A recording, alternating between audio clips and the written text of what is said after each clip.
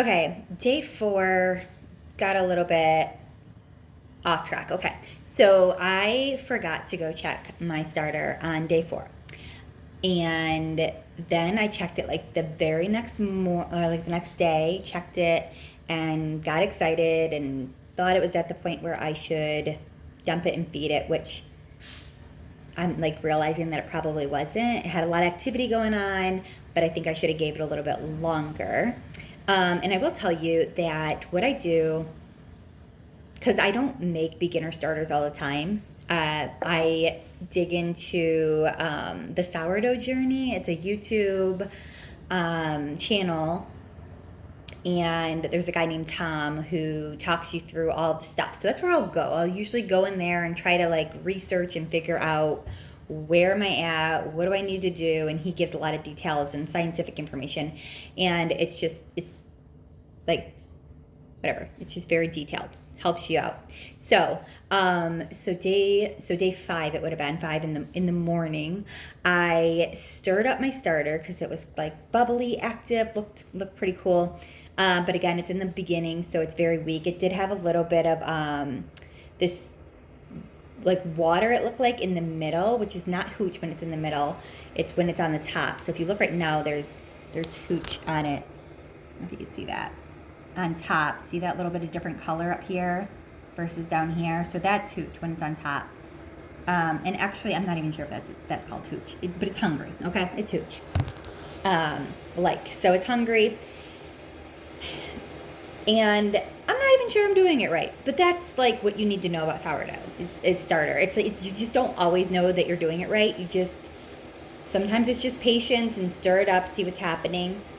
And I'm just on a couple of days of nothing really happening, and so I'm gonna discard to get this back to 25 grams, which on my scale it'll be 307 because I did the math. I took the total amount of the jar, and found out how much this weighed with the starter in here, and then I subtracted to make sure that 25 grams left, which will be 307.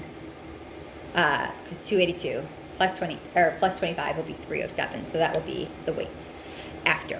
So I'm going to discard here, but I wanted to show you what it looked like before I discarded. So you can see in there, like this little liquid. You should be able to see it on the side a little bit. I think I just showed you. So yeah, I'm going to discard it and then get into what I do next. Okay, so now that I have this starter back down to 25 grams, I'm gonna show you a couple of tricks that I'm just gonna mess with, okay? Because again, this is your baby, and just like if you had a brand new baby from the hospital and your baby's crying or whatever, you figure it out. You just figure it out, and don't get discouraged or anything like that. Just remember the main thing is that we want it to be fed. We don't want like liquid to be sitting on it for a long time.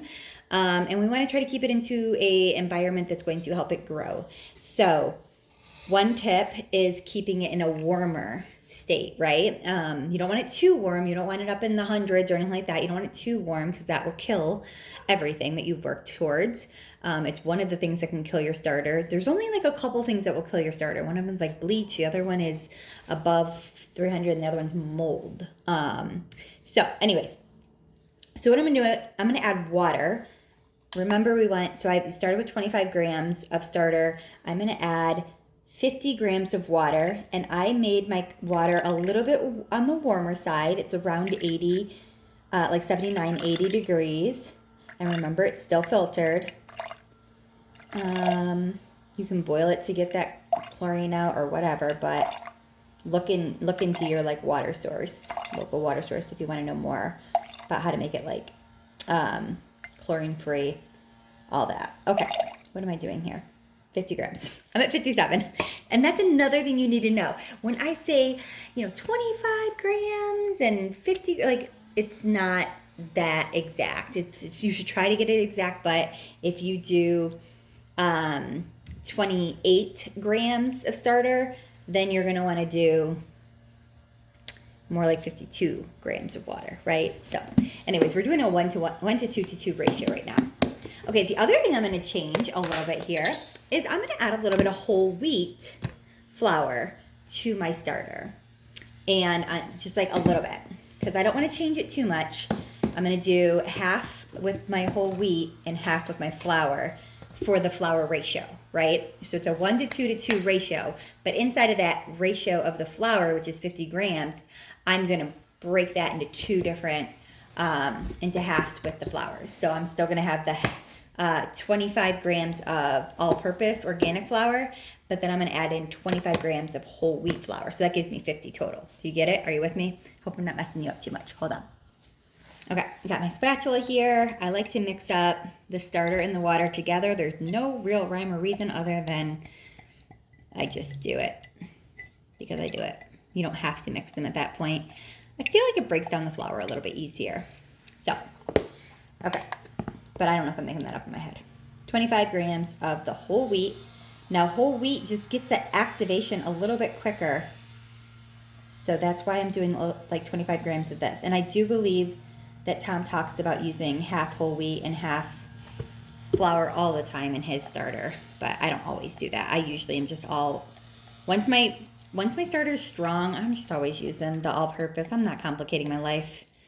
So there's that. And then 25 grams of the all-purpose. And so I hope this like video just really shows you that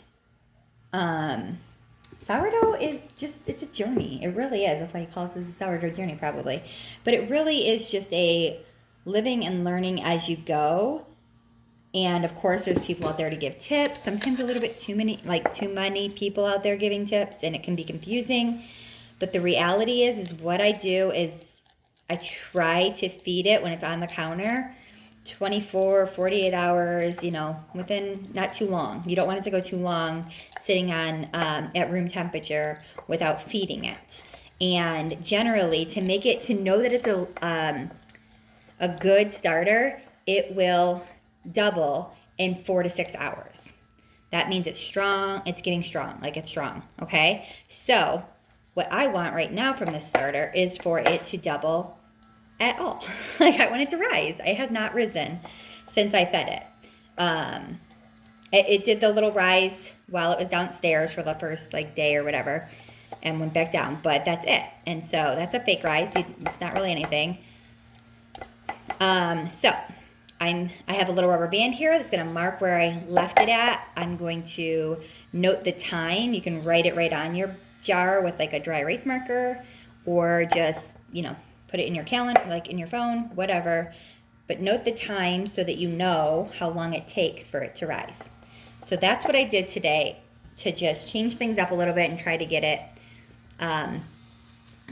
moving, okay? Get this baby moving, alive and active here, okay? So we're gonna turn it on and then turn it back a little bit.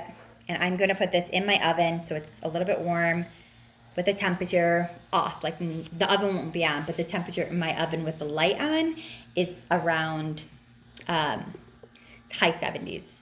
So I think it's 78 degrees in there. Okay, so I'll come back here and